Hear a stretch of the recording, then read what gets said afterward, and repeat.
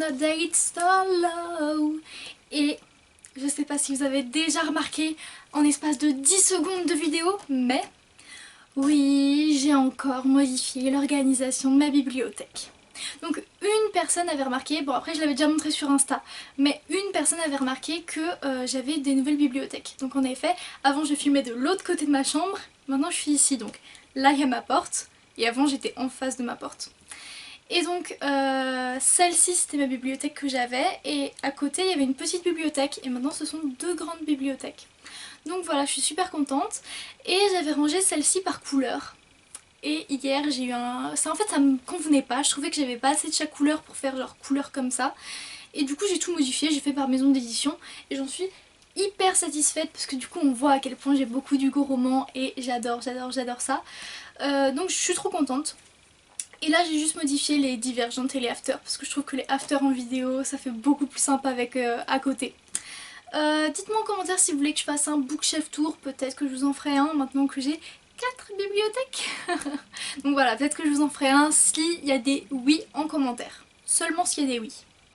Donc voilà, dans ce petit update, bon petit pas si petit que ça, j'ai de la romance comme d'hab, j'ai de la bitlit et j'ai du fantasy, ce qui est étonnant me connaissant. On finira par le fantasy pour continuer à vous aguicher là, à ce que vous restiez jusqu'à la fin de la vidéo, je vous connais. On commence par le tome 2 de Succubus, c'est le tome Nights de Richelle Mead aux éditions Milady Poche. Donc Succubus, j'avais déjà lu le premier tome, je vous en avais déjà parlé. Je voulais lire Richelle Mead parce que c'est elle qui a écrit les Vampire Academy dont je suis accro, donc il fallait que je me lance dans un autre tome d'elle. On suit l'histoire de Georgina qui est une succube, donc c'est les démons du sexe, du plaisir, etc. qui doivent embrasser ou pervertir des humains, etc. pour leur voler un peu de leur essence, donc leur voler des années de vie pour eux survivre. Donc voilà, on suit les aventures de Georgina, on suit ses amitiés, ses journées, ses amours, etc. Il n'y a pas de vraiment fil conducteur, je dirais.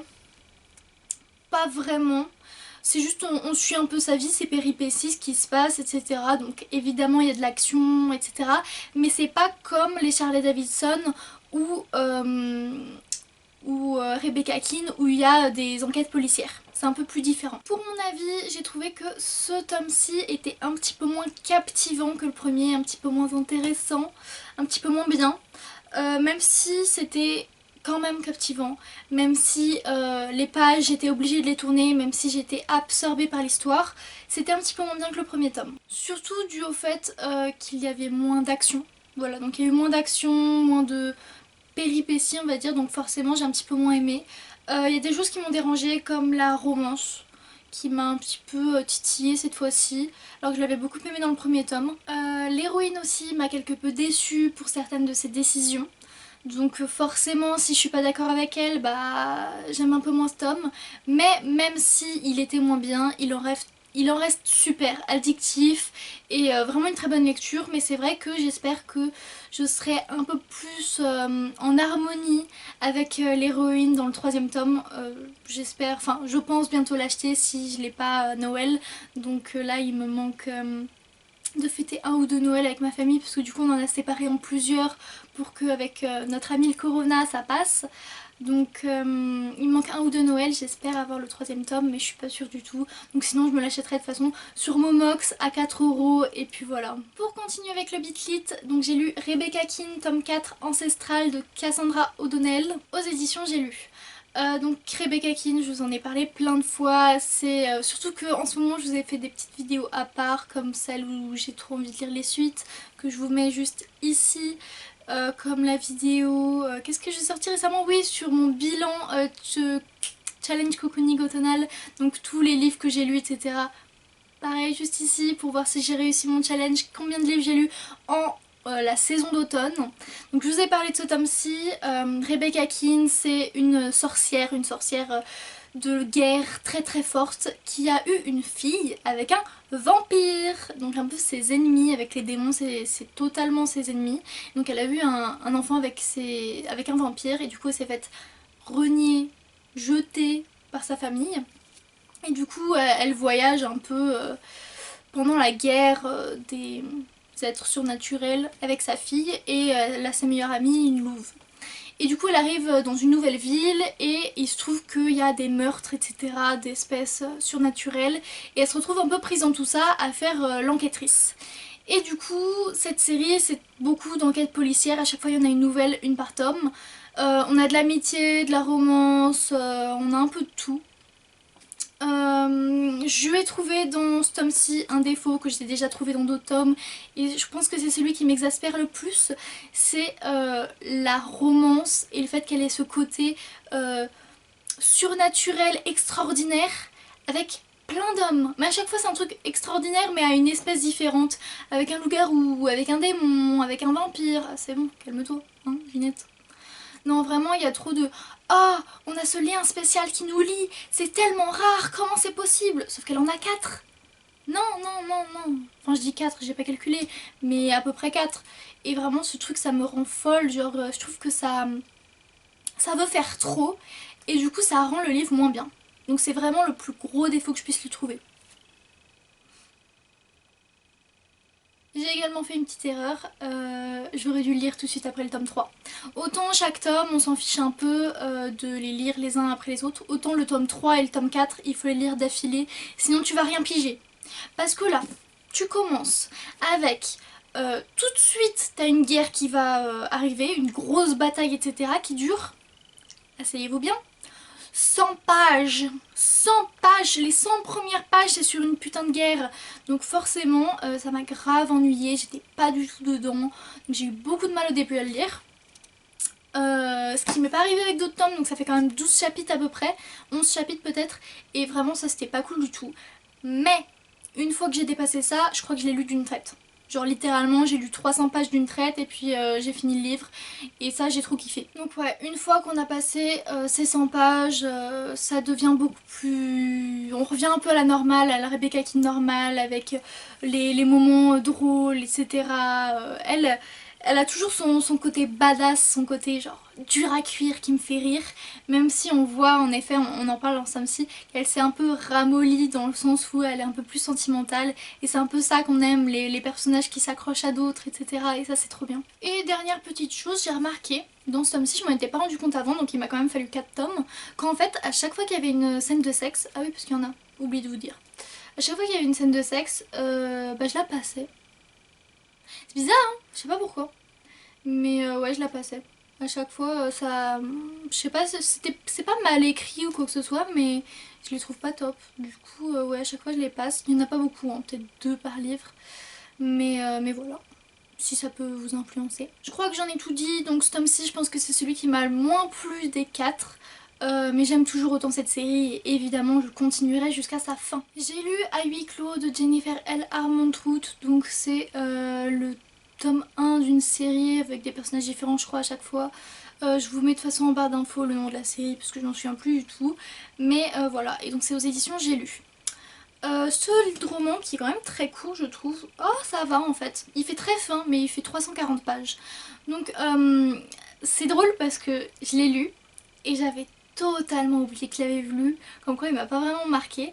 Parce que quand je regardais tous les livres que j'avais mis dans ma palle d'origine, dans mon bilan challenge cocooning automnal, j'avais mis celui-ci et je me fais merde, comment ça se fait qu'il est pas dans ma palle de ce challenge, pourtant je l'ai pas lu etc. Et après j'ai lu le résumé, j'ai fait bah si je l'ai lu et je m'en souvenais plus du tout du tout. Donc c'est l'histoire de 2 meilleurs amis, Sydney et Kyler, meilleurs amis depuis toujours etc. qui finissent par aller comme tous les ans dans le chalet de Kyler. C'est bizarre comme prénom Kyler, je préfère Kyle. Du coup ils vont dans son chalet à la montagne et puis grosse avalanche de neige, ils se retrouvent bloqués tous les deux dans le chalet pendant une durée de 2 jours, quelque chose comme ça. Et peut-être qu'il y aurait plus si affinité. Voilà, donc c'est une romance. C'était vachement cool, vachement bien, rafraîchissant. Hiver, du coup on se sentait totalement dans l'élément. Mais comme vous pouvez le voir, il ne m'a pas marqué. Donc la lecture était super, trop bien, ça se lit rapidement, une bonne petite romance. Mais le truc c'est qu'il reste pas en mémoire parce qu'il ne marque pas, parce qu'il n'y a rien vraiment qui change de d'habitude. donc j'ai rien de trop à vous dire sur celui-là. Je continuerai parce que c'est de Jennifer Lamont Wood et que j'adore cette auteure, même si elle m'a déçue avec Covenant récemment. Je vais évidemment continuer à lire cette série, même si c'est d'autres personnages, et d'ailleurs je savais pas que c'était une série de base, donc je sais pas du tout quels sont les personnages ensuite. Ah, Nos âmes tourmentées de Morgane Moncomble aux éditions Hugo Roman. Donc j'ai un gros coup de cœur sur Morgane Moncomble. J'ai lu Viens on s'aime, Aime-moi je te fuis, Suis-moi je te fuis, Aime-moi je te fuis je crois. Enfin bref, j'ai lu du coup ces 2 romans, puis après j'ai lu Nos âmes tourmentées, son 3e roman, et là je suis en train de lire son 4e et dernier en ce moment même, Falling Again. Mais c'est pas le sujet. Là on parle de Nos âmes tourmentées, donc c'est l'histoire de Azalée qui a eu une histoire vraiment très tourmentée, surtout dans sa jeunesse, adolescence. Et là on l'a, je sais pas, des années plus tard, elle a environ 25 ans, et sa mère est morte. Donc elle doit retourner dans son village d'origine pour aller dans sa maison, etc. pour des trucs juridiques ou je sais pas quoi, administratifs là, et du coup elle doit vivre dans cette maison. Et elle rencontre entre autres son nouveau voisin de la maison d'à côté et ils s'entendent super bien, blablabla. Ou peut-être pas qu'ils s'entendent super bien, peut-être qu'ils s'envoient des joutes verbales, peut-être qu'ils se font chier l'un l'autre, enfin des voisins qu'on adore quoi. Il y a également son ancien meilleur ami, son ex, qu'elle revoit là-bas. Et on a vraiment toute la sphère passée difficile. Donc je vous le dis, il y a du viol. Enfin, il n'y a pas du viol dans le livre, mais on parle d'un viol qui s'est passé. Et c'est un peu lourd comme contexte. Donc forcément voilà, le voisin lui aussi il a quelques trucs dans son passé. Et donc voilà, c'est un livre lourd, psychologique. Mais je m'attendais, parce que j'avais beaucoup entendu que c'était psychologique, etc. Et du coup je m'attendais à plus, et quand je l'ai lu, ça a été en fait. Je crois que j'ai même pas pleuré, donc vraiment ça a été, je m'attendais à plus lourd, comme Losing Hope de Colleen Hoover. Oh celui-là, Hopeless. Oh mon dieu, Hopeless il m'a brisé le cœur. Donc ouais, là c'était un peu moins dur. Mais sinon, l'addictivité de ce roman. D'ailleurs j'ai oublié de vous dire que je l'ai lu en lecture commune avec... je sais plus comment elle s'est appelée, parce que c'est une copine de classe, Max de Livres. De toute façon je vous mets son Instagram ici, voilà, donc elle démarre sur Booktube. Sur Bookstagram, et on l'a lu en lecture commune, et c'était très dur, on n'arrivait pas à s'attendre parce que je n'arrivais pas à quitter ce livre des mains, il est extrêmement addictif, c'est un truc de dingue. Morgane Moncomble, même si l'histoire est moyenne, prévois la journée, parce que tu vas le lire en une journée son livre, c'est pas possible autrement. Vraiment j'adore, c'est clairement un page turner.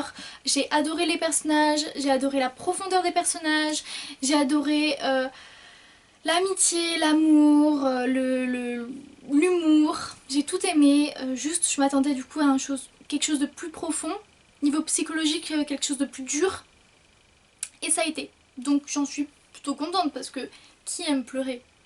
Donc voilà, j'étais quand même très contente de ce livre, qui n'a pas été un coup de cœur contrairement à sa première duologie, mais j'en suis quand même très contente. Donc ce sujet du viol, etc., c'est quelque chose qui me touche particulièrement, c'est un peu une de mes phobies, et j'ai trouvé que c'était très bien abordé comme sujet, il était très bien écrit, très bien abordé, et donc j'ai bien aimé ce fait, parce que quand c'est un peu bancal ou too much, etc. voilà. Mais là c'était vraiment très bien abordé, et aussi j'ai tout simplement adoré les personnages principaux. Je les ai trop aimés. Sur une touche beaucoup plus joyeuse, Briard Université numéro 3 de Elle Kennedy aux éditions Hugo Roman. Donc Elle Kennedy, donc ça c'est pas un tome compagnon, une série compagnon de The Gaulle. Comment ça s'appelle, Off Campus avec The Gaulle, etc.